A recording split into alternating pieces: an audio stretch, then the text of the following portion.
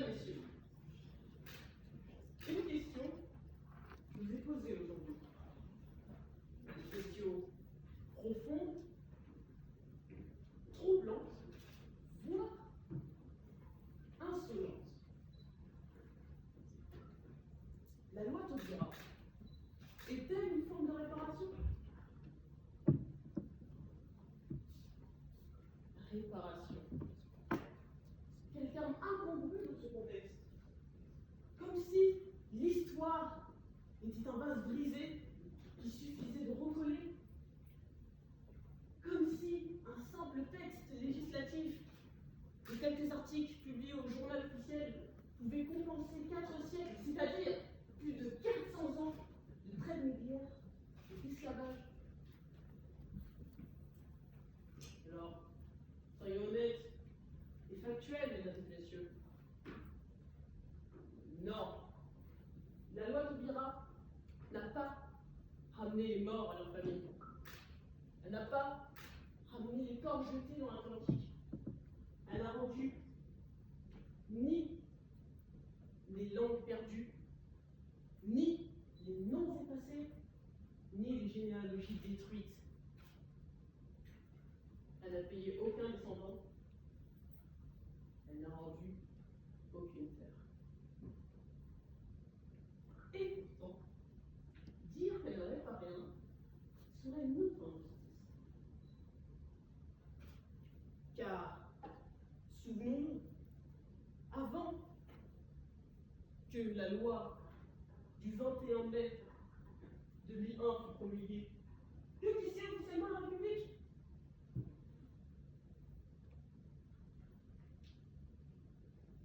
Rien. Presque rien. Pendant des siècles, la France regardait l'esclavage comme on regardait une vieille cave délabrée. On savait qu'elle existait.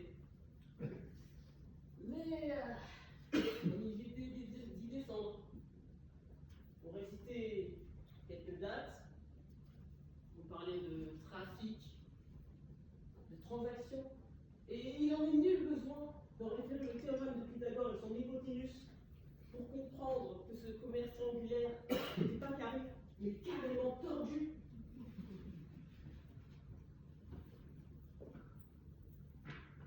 Mais, en 2020, quelque chose change. Pour la première fois, la République nomme.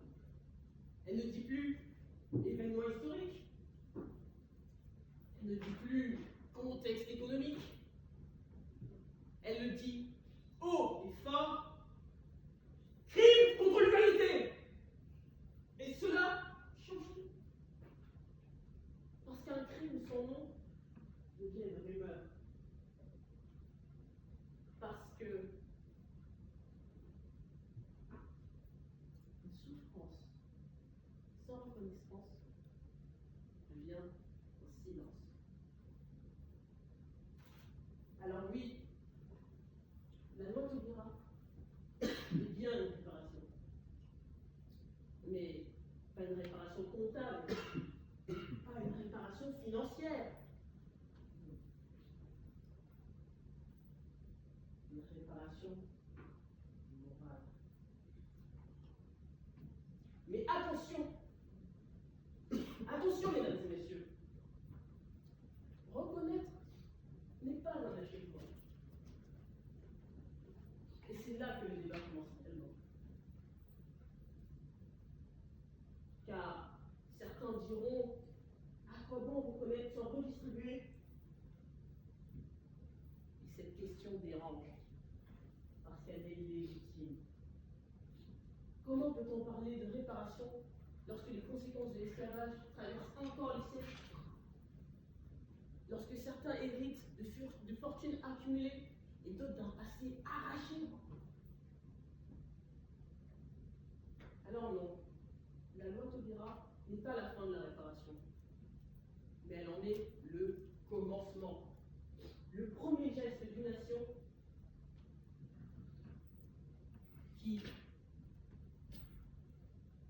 dévoile enfin, qui arrive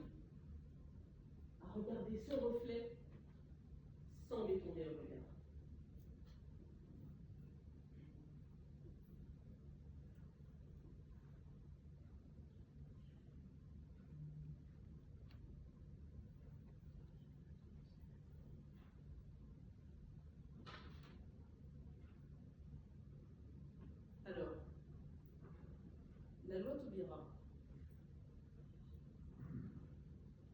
est le commencement de la réparation.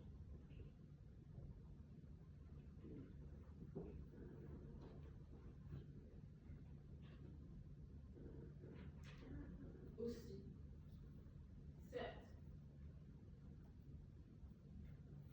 elle n'a pas réparé tout, mais elle a réparé quelque chose d'essentiel. Le refus de voir,